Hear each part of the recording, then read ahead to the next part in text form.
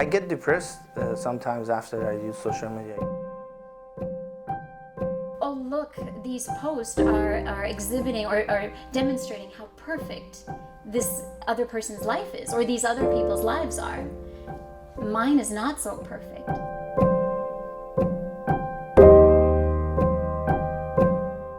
I use social media mostly to kill time. When I get bored, I go to Facebook, Instagram, to kill time. But when I had my business, I used to advertise on social media to help me to get my business growing. I want to make everything special and beautiful to share with my friends, so I try my best to do it in best way. Well, addiction is basically a mental disorder. Is a disorder of brain. Of course, we have addiction, and we have other areas that contribute to the addiction. Usually, people who are suffering from addiction are duly diagnosed. They have some other personality disorder that contribute to their addiction as well.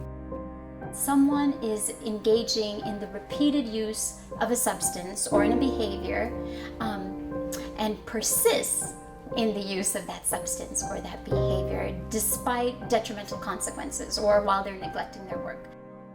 I check my social media, especially my Instagram, whenever I can find a free time. It can be every 15 minutes, it can be every minute. It can be behind the red light in the traffic. It can be my break time when I'm at work. It can be on my watch, on my Apple Watch. So I check it every day. I'm checking my social media maybe like 20 times a day. Like whenever I get bored, whenever I'm in break, or just like my free time. Usually I'm checking in my free time. I'd say maybe 30 to 40. Yeah, it's pretty hefty. Social media addiction, we are far from consent on what social media addiction really is. We have different opinion from different experts on whether it is an addiction or not. Social networking site, which is known as social media among public, it has grown tremendously among particularly youth population. 18 to 29, about 95% of people at that age category are on social media now. One way or another, Facebook, Instagram, Twitter, and other social areas, other social networking or other social medias that are designed for a particular population and that sort of things. Well, if I had to describe it as an addiction, well, I guess yeah. I don't know if I could go a day without it. I mean, I'm addicted in best way, not in bad way. So I think it's not that bad you want to share your opinion, to share your moment with everyone. That's not that bad. But yes, I'm addicted to it. I feel I kind of like social media addict, yeah. According to researchers, and they're still studying this, somebody becomes a social media addict when, for example, they are spending so much time thinking about engaging in social media when they're not on social media. Okay, so that's one. The second thing is they feel an increasing urge to use social media. They need to use it more and more.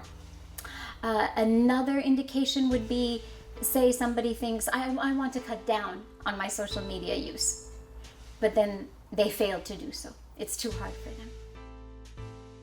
If you're spending all your time on social media, you're not actually connecting with human beings, and we are social human beings, so we need to be in connection with other people. So there's a loneliness factor that kind of shows up too. And people that get really involved in social media and they're not getting the satisfaction from it that they want, they tend to start thinking negatively and they become depressed, for lack of a better word. I get depressed sometimes after I use social media, a lot of people, they put all the good stuff on social media. When you're at home getting bored, go to social media and see everybody having fun, going out, drinking, eating good foods, Yeah, of course I get depressed.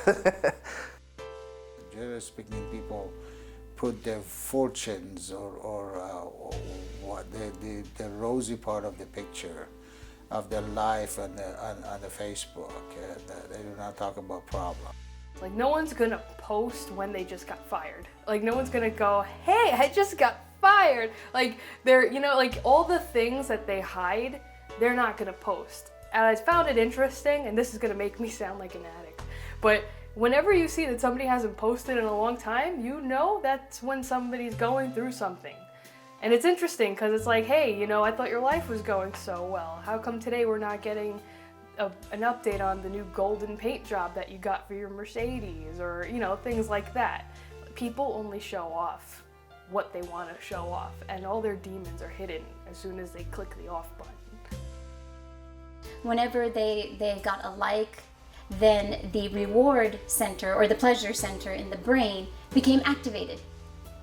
Okay, so basically that part of the brain lit up, and that was reinforcing for the teens. So then what happens? They like the likes. The brain likes the likes. So they want more. So what do? In the case of social media, I have to post something else to get more likes. I have to post a comment, then I get more comments. Sometimes my friends would have, friends whose parents were better off than mine, let's say. They got a new car, or they would get this amazing prom dress that my parents would never be able to afford me. And it wasn't like a feeling of being ungrateful, it was a why can't I have that feeling, And today, as I got older, it was more, why couldn't I get into that school? I should have studied harder. And then it turned into, oh, why didn't I get that scholarship? This person is having like this sparkly life. And I feel like I used to feel bad for it, but now I take it for what it is. To help a social media addict, the first thing you have to understand is what is the kind of the recovery model for any addiction. And the first one is the physical recovery. So the first thing you have to do is start limiting how much physical time you spend with social media. The big component is also psychological recovery, and I'm going to loop back to that one. The other one is social recovery and spiritual recovery, but for a social media addict, it's the psychological recovery that needs to happen. What is it they're using social media for? Is it a coping skill? Is it something to help them feel better about themselves? If that's the case, that's something that someone like me as a counselor can address. And usually through the process of recovery, the social recovery and the spiritual recovery aspect comes down to it. There was a study that came out in London, Divorce Online. They look at 5,000 couples, and in their divorce decree, Facebook name came up 900 times. So about 1/5 of those 5,000 couples, we know that was way back in 2005. Nowadays, it's the use of social media. It's about 67% among the general population, up to 95%, I believe, among the age group between 18 to 29.